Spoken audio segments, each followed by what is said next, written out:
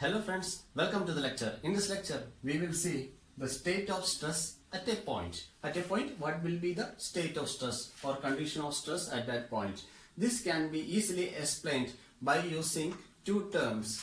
First is stress vector and the second thing is stress tensor.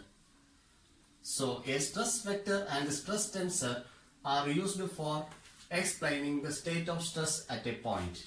So the stress vector, as an introductory part, I am telling you the stress vector is indicated by the letter T cap N and the stress tensor is indicated by the letter Tij.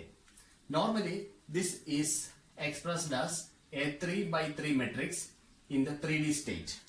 In the 3-dimensional case, stress tensor is expressed as matrix Tij is equal to a 3 by 3 matrix and the stress vector is indicated by the letter T cap N. First we will learn the stress vector and later on we will go to the stress tensor. So stress vector indicated by the letter T cap N. Okay, we all know that stress sigma is equal to restoring force divided by area. We know that the restoring force is acting on a particular area. So on to a particular area, the restoring force is acting. So we don't know what will be the direction of the restoring force. We know that there is a magnitude for the restoring force, but there is no particular direction or there is no particular point to which the restoring force is acting. So we can say that stress is a scalar quantity. Always stress is a scalar quantity. But stress can be a vector quantity. When and where does a stress will become a vector quantity? That we will deal with the stress vector. For explaining the stress vector, we need to understand one thing first, that is the outward drawn normal. Outward drawn normal and a direction cosine. And a direction cosines. These direction cosines are cos alpha, cos beta and cos gamma or L, M, N respectively. Or in other words, we will write n suffix x, n suffix m, n suffix y and n suffix z. Or by these three ways we can express the direction cosines. And what does this n indicates? This n indicates the outward drawn normal. Consider a plane in my hand like this. This is a plane. For every plane, there will be a perpendicular projecting outwards. Suppose plane is lying like this. This is the perpendicular acting outwards or projecting outwards. And this plane is characterized by the direction cosines. Why? How a plane will lie in the space. That is easily explained by the direction cosines, cos alpha, cos beta, cos gamma.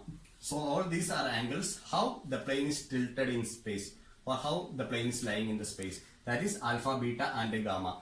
And this is the outward drawn normal which is projecting perpendicularly outward from any plane surface. So we are telling n suffix x, n suffix y and n suffix z in x, y, z coordinates. So in x, y, z coordinates, the plane is lying like this with a outward drawn normal small letter n with the direction cosines alpha, beta and gamma or L, M, N respectively. So that is all about the outward drawn normal n. Now for explaining the stress vector not explained yet. For explaining the stress vector, I am considering a body in equilibrium. Consider I have a body like this. The body is in equilibrium because I am telling you that the body is supported like this. In many places, the body is supported like this. Now the body is in equilibrium.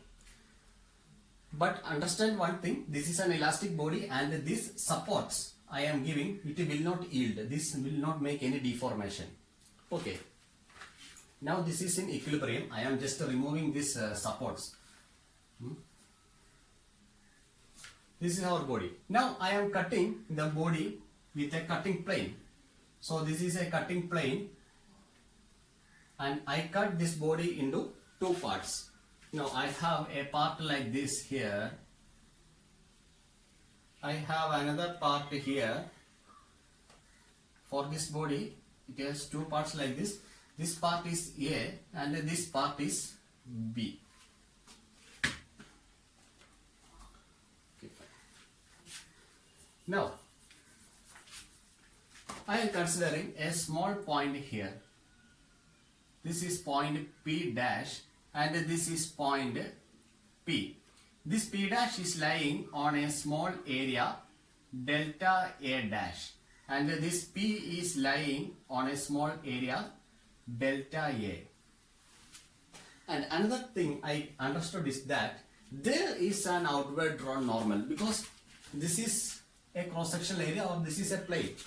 See, like this. So there will be what? There will be an outward drawn normal projecting outwards perpendicularly. So I should draw the outward drawn normal here on this plane. From starting from P dash, I am drawing a perpendicular line projecting outwards, and I am writing it as outward drawn normal N or N dash. Similarly, here also there will be an outward drawn normal which is projecting outwards, that is small letter N. Now for a plane there will be always an outward drawn normal projecting outwards perpendicularly, that is N and N dash respectively. Now the action of A on B at point P is generally expressed using a force vector delta T. So delta T is the force vector which represents the action of the part A on part B at a point P. So I am drawing delta T here. Similarly, I can say that the action of B on A at a point P dash, is represented by another force vector, what? Delta T dash. Okay, fine. Now I can explain the stress vector. The stress vector T cap N is equal to force vector. What is the force vector here? Delta T. Delta T is acting on the area delta A. Delta T divided by delta A. Similarly, stress vector, we can write it is delta, here delta T dash is acting, delta T dash by delta A dash, delta T dash divided by delta A dash. Like this we can express the stress vector. More accurately, I can say that the force vector on a diminishing area is known as the stress vector. So force vector, this is the explanation for a stress vector. The force vector on a diminishing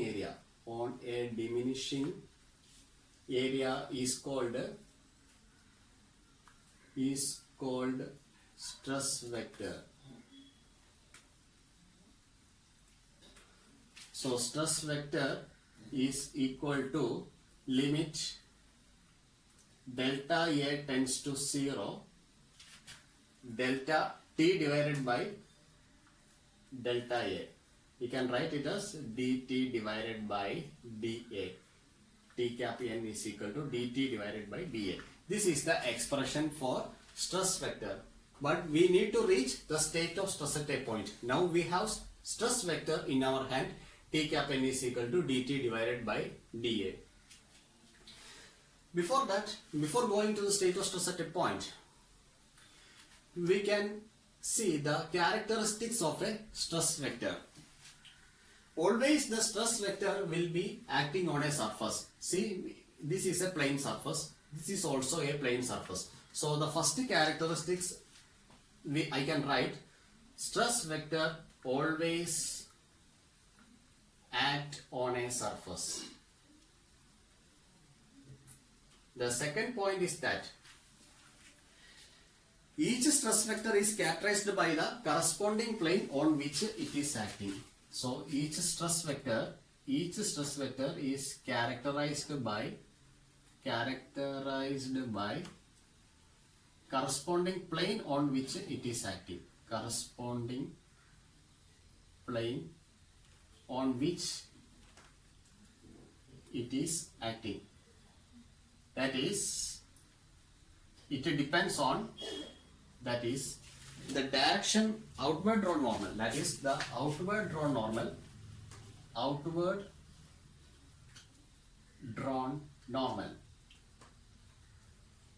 depends on direction cosines. So the stress vector is always acting on a surface, or it will be always characterized by a plane on which it is acting. So for every plane lying on the space, there will be an outward drawn normal, and that outward drawn normal will depends on the direction cosines. So I can say that the outward drawn normal of a stress vector will depends on the direction cosines. The outward drawn normal for a particular stress vector will depends on the direction cosines. Now the other characteristics I can write is that I am rubbing this because we need to reach the state of stress at a point. And the third characteristic is important. Consider a point P. How many planes I can draw through a single point? I can draw infinite number of planes. Consider three mutually perpendicular planes, X, Y and Z. Let T x, T cap n to the suffix x, Tx be the resultant stress vector along the x, and T suffix y be the resultant stress vector along y, and T suffix z be the resultant stress vector along the z direction, or x plane, y plane or z plane. Then according to the definition, we can say, if we know the stress vector acting on any three mutually perpendicular planes passing through a single point, then it is possible to find out the stress vector acting on any plane passing through that particular point. Consider this is another plane. If we know Tx, Ty, Tz on a particular point which are mutually perpendicular, then it is easy to find out the stress vector on this plane. Stress vector on this plane is possible to find out. That is the third characteristics. So for every planes passing through a particular point. So conclusion, as a conclusion I can say, for each plane passing through a particular point, for each plane passing through a particular point, there will be a stress vector. Now, how many planes we can draw through a single point? Infinite number of planes. So, infinite planes pass through this point P. So, many number of planes can pass through this single point P. So, I can say that totality of all stress vectors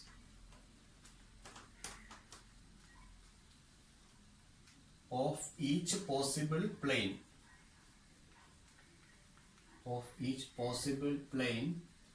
passing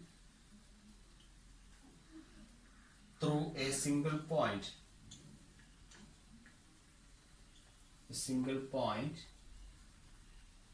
is called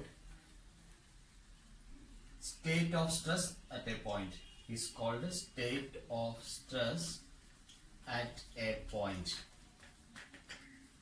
So this is the explanation or definition for state of stress at a point.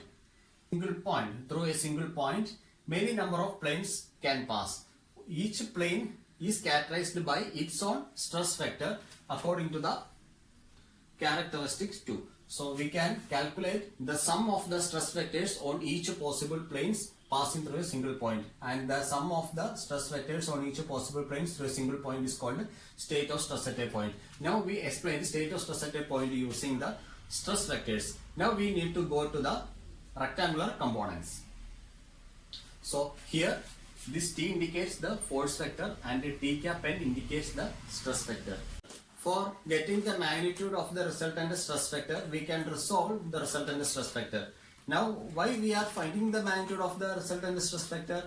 Because if we know the magnitude, if and only if we know the magnitude of the stress vector, we can find out the state of stress at a point.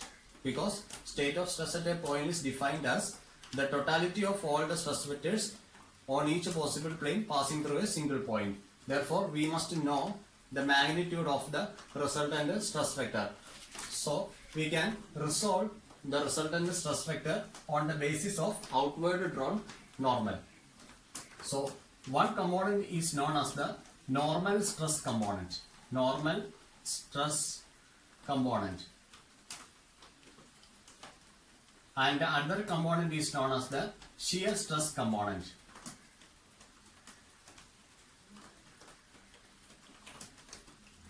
So for a stress vector, there will be a shear stress component and a normal stress component. A normal stress component is indicated by sigma suffix n, and shear stress component of a stress vector is indicated by the letter tau n. Now, the component parallel to outward drawn normal. Drawn normal is the normal stress component sigma n. Now the component perpendicular to outward drawn normal is called the shear stress component tau n. Okay, fine. Now we can find out the resultant of stress vector using the equation sigma n square plus tau n square.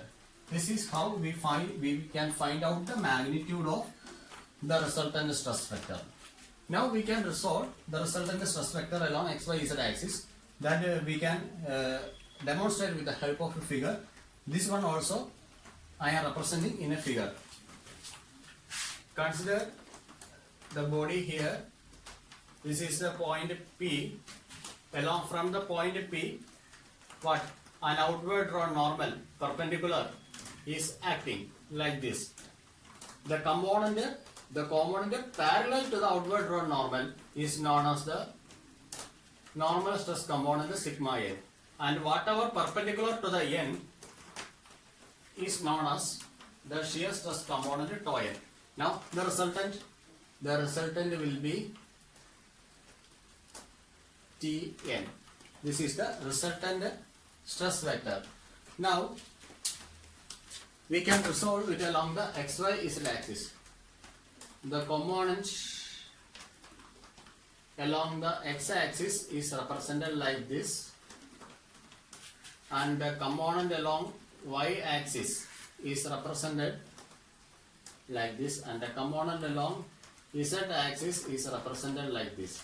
Here also we will obtain the magnitude of the stress vector like this: Tx square plus Ty square plus Tz square.